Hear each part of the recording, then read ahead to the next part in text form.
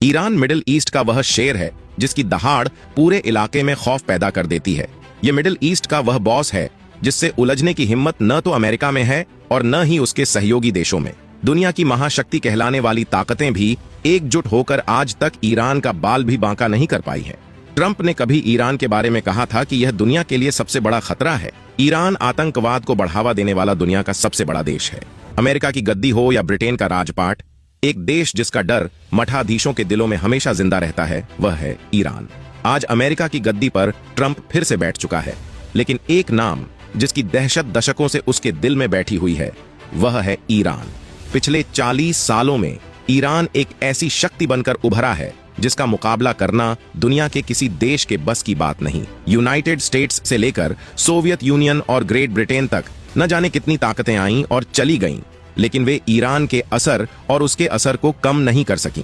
Iran के बारे में कहा जाता है कि यह वह धरती है जहां सुपर पावर्स भी आकर दम तोड़ देती हैं।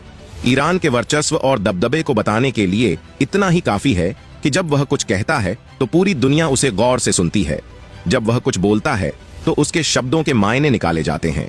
ईरान के बारे में इजराइल के पूर्व प्रधानमंत्री एहुद ओलमर्ट ने कहा था कि जब ईरान कहता है कि वह इजराइल को दुनिया के नक्शे से मिटा देगा और जब ईरान कहता है कि वह ऐसा न्यूक्लियर बम बना रहा है जो 3000 किलोमीटर तक हमला करने की क्षमता रखता है, तो दुनिया को इसे नजरअंदाज नहीं करना चाहिए, उसे डरना चाहिए। ईरान यूरोप और अमेरिका के लिए उतना ही बड़ा खतरा है जितना कि वह इजराइल के लिए है। ईरान के बारे में इजरायली खुफिया एजेंसी मोसाद ने एक रिपोर्ट प्रकाशित की थी और उसमें लिखा था कि उसकी न्यूक्लियर क्षमता उसकी सुरक्षा के लिए खतरा है।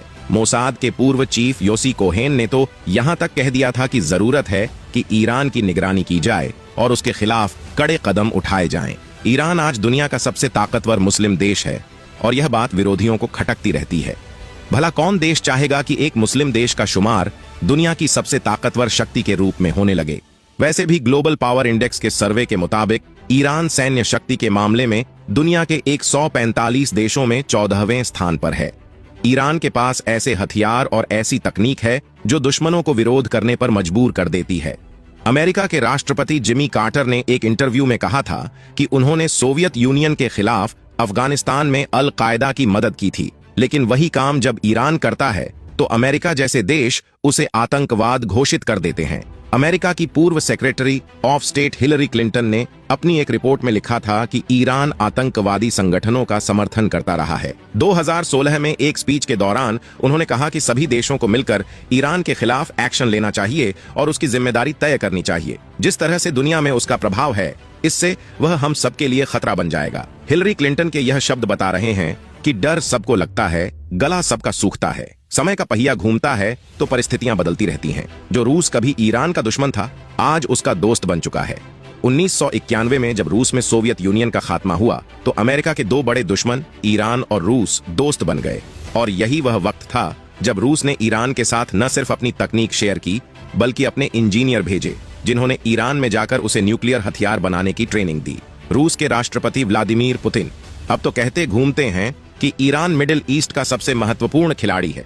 वह ऐसा साथी है जो आतंकवाद के खिलाफ हमेशा लड़ता रहा है। ईरान ने जिस बेइज्जती के साथ अमेरिका को अपनी धरती से निकाल फेंका था, उसका जख्म आज भी अमेरिका के दिल में जिंदा है। 1979 की क्रांति सिर्फ ईरान में इस्लामी निजाम की स्थापना के लिए नहीं थी, बल्कि यह अमेरिकी शासन के खिलाफ विद्रोह था।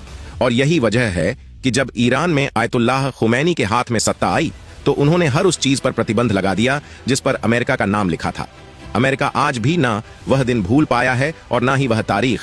वह आज भी ईरान को अपना सबसे बड़ा दुश्मन मानता है। 1979 में ईरान ने अमेरिका को उस वक्त घुटनों पर ला दिया था जब उसके पास ना तो संसाधन थे और ना ही हथियार। अमेरिका ने अपनी पूरी ताकत लगा दी थी, लेकिन वह उस वक्त ईरान में कैद अपने सैनिकों को निकालने में नाकाम रहा था। जिस वक्त यह हादसा हुआ उस वक्त अमेरिका की गद्दी पर जिमी कार्टर बैठे हुए थे। वही जिमी कार्टर जिन्होंने कहा था, मैं ईरान से नफरत करता हूं, मैं ईरान की सरकार से नफरत करता हूं, यह एक शैतानी और बेदर्द हुकूमत है।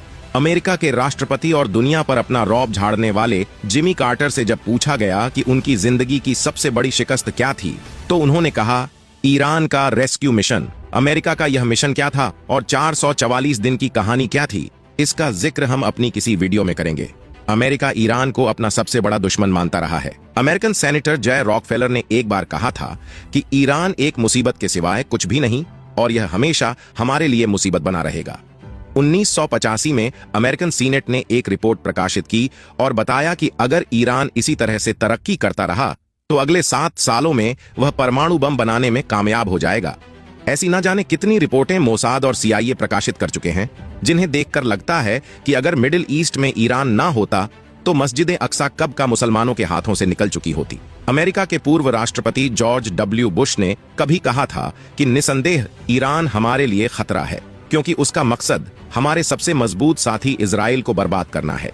यह दुनिया के अमन और हमारे गठबंधन के लिए खतरा है।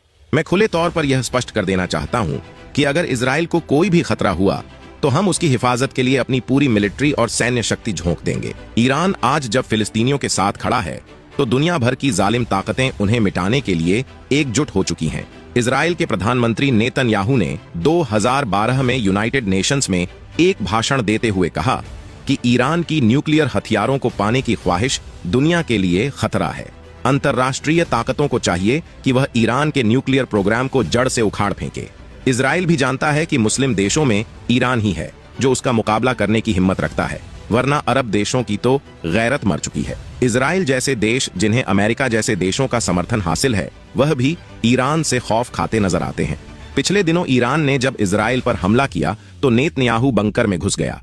यह उस नेतन्याहू का हाल है जो ईरान को नक्शे से मिटा देने की बात करता है। ईरान जालिमों के लिए एक नश्तर है। वह एक ऐसी तलवार है जिसका जख्म बर्दाश्त करना हर किसी के बस की बात नहीं। पूरी दुनिया में 57 से अधिक मुस्लिम देश हैं, लेकिन अमेरिका के सामने जो दबदबा ईरान का है वह किसी और का नहीं।